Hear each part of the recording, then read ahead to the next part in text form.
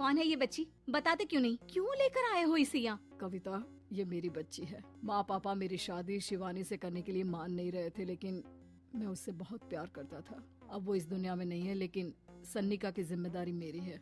इसे मैं अपने पास ही रखूंगा। कविता ये देखकर सुनकर सन्न रह जाती है। कैसी बात कर रहे हैं आप? लोग क्या कहेंगे? मैं कैसे इस बच्चे के साथ जीवन चलाऊंगी? देखिए, इसे देखकर मुझे टेंशन हो रही है। आप इसे ले जाइए यहाँ से। मेरी भी तो बेटी है, मैं उसका हक कैसे मार दूं? दिनेश कविता को किसी तरह समझा लेता है। देखो सन्निका, ये आज से तुम्हारी माँ है। इन्हें तुम्हें माँ कहना है।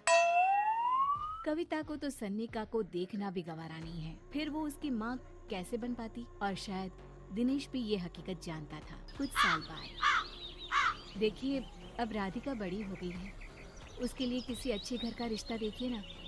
शादी तो करवानी है ना? हाँ, लेकिन सन्निका उससे बड़ी है, पहले तो उसकी शादी तय करेंगे ना। जमाना जानता है कि वो एक नाजायज लड़की है, कोई उससे शादी क्यों करेगा? वैसे भी आता है क्या उसे, जो कोई उसे अपने घर की बहू बनाएगा? तभी वहाँ सन्निका आ जाती है। पापा, मुझे स्कॉलरशिप मिल गई है, आगे का सारा खर्चा यूनिवर्सिटी वाले उठाएंगे। मैं कल ही वहाँ हॉस्टल में शिफ्ट हो रही हूँ। लो, सुना दिया ना फैसला। अरे अब क्यों शिफ्ट हो रही हो? पहले ही हो जाती शिफ्ट। दुनिया में यूं कालिक तो ना होती हमारी। क्या यार कविता, एक तो खुशी की बात है कि लड़की को कुछ आगे बढ़ने पढ़ने का मौका मिल रहा है, लेकिन नहीं, तुमको तो केवल ताना मारना ही आता है। जाकर देखो शिवानी क्या कर रही है। अरे हाँ, मैं शिवानी को दूध देना भूल गई, वो कैसे उठेगी? कविता को ये सुनकर गुस्सा आ जाता है। हाँ हाँ, अपनी किताबों से फुर्सत मिले तब ना।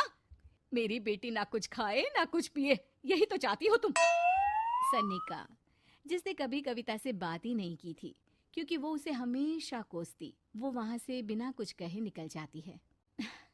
खाना तो पूरा बन गया, अब जाकर आराम से पैकिंग करती हूँ, कल वक्त से निकल जाऊंगी। देखिए जी, वैसे तो ये लड़की मुझे एक आंख पसंद नहीं, अपने कमरे में पैकिंग कर रही है। अरे मुझसे तो कभी बात भी नहीं करती। आप साफ साफ बोल दीजिए उसे कि घर से जाएगी तो सारा काम कौन करेगा?